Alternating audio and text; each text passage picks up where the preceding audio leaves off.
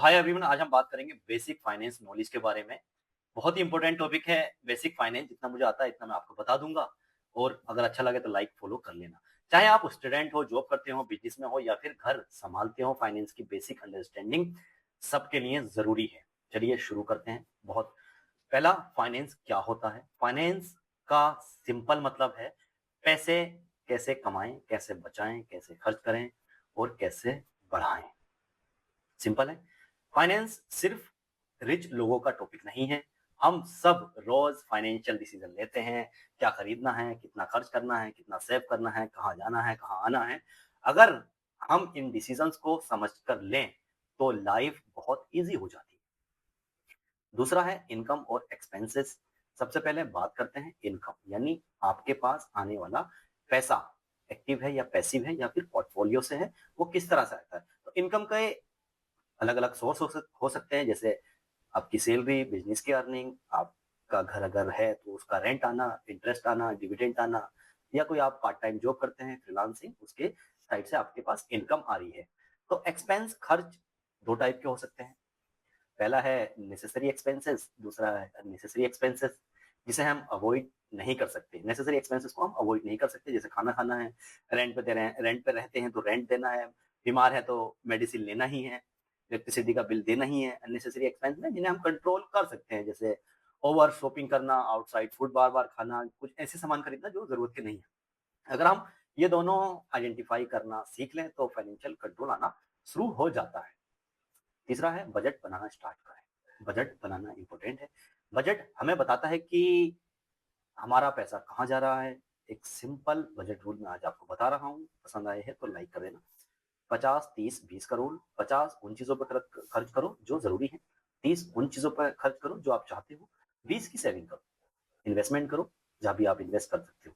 इस रूल से finance structure रहते हैं और ओवर स्पेंडिंग कंट्रोल में रहती है। तो सैलरी का हमेशा जब भी आए तो इस तरह से आप खर्च करने की कोशिश करें। सेविंग वीएस इन्वेस्टमेंट, ये चीज बेसिक नॉलेज समझना जरूरी है। ये दोनों सेम लगते हैं लेकिन दोनों अलग अलग चीजें हैं।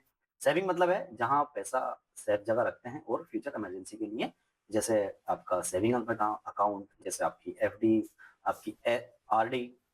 दूसरा आ गया इन्वेस्टमेंट। इन्वेस्टमेंट का मेन पर्पस होता है पैसे बढ़ाना, जैसे आप म्यूचुअल फंड में इन्वेस्ट करते हो, स्टॉक्स में करते हो, गोल्ड खरीदते हो, और रियल एस्टेट में कुछ लोग पसंद करते हैं, पीपीएफ में बढ़ोतरी होती है। तो इन सब चीजों में पैसों की बढ़ोतरी होती है day by day.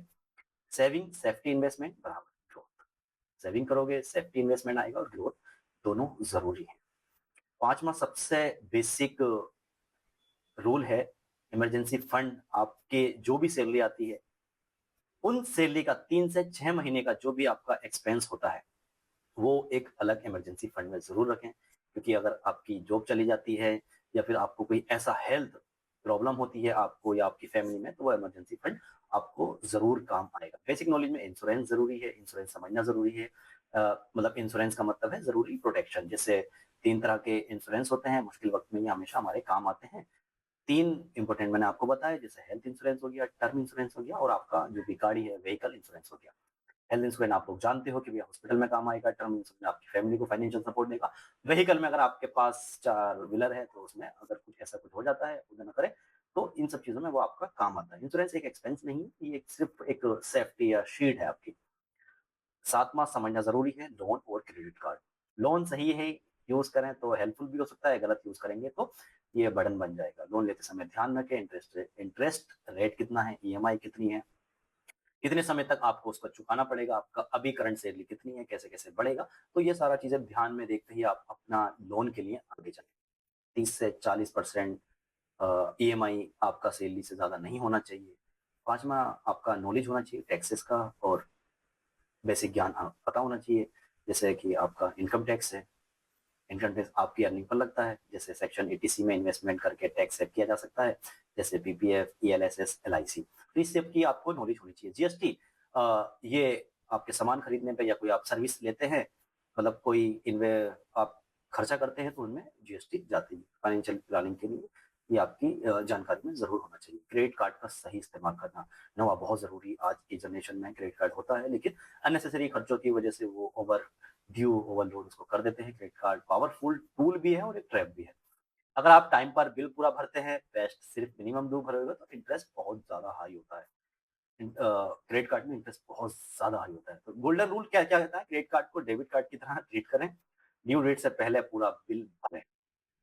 10 basic knowledge है फाइनेंस की। इन्वेस्टमेंट कैसे करें? स्टार्ट अमाउंट से स्टार्ट करें, जैसे ₹500, ₹1000 आप छोटा-छोटा अमाउंट म्यूचुअल फंड में डालना स्टार्ट करें। आप गोल्ड में आजकल इतनी ऑनलाइन सर्विसेज़ आ गई हैं, उनमें आप डालना स्टार्ट कर सकते हैं। इससे स्लो-स्लो आपका कॉन्फिडेंस भी बढ़ेगा, या फिर आप किसी जो ऑलरेडी ये सब कर रहे हैं, उनकी एडवाइस ले सकते हैं। फाइनेंशियल गोल सेट करें, आपके पैसे का डायरेक्शन होना चाहिए कि आपको अगले 1 साल में क्या करना है, अगले 2 साल में क्या करना है, अगले 3 साल में क्या करना है, और छोटा-सा एक इमरजेंसी फंड तो आपको हमेशा अपने पास रखना ही है, ताकि वो कुछ ऐसे वक़्त में ज़रूर काम आएगा, जो मुसीबत एक तरह से बोलते हैं कि मुसीबत में कोई चीज़ काम आना।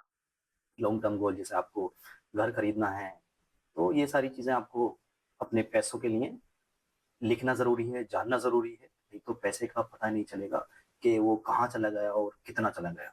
क्योंकि आप 5 साल से 10 साल से नौकरी कर रहे हैं और पैसे का पता ही नहीं।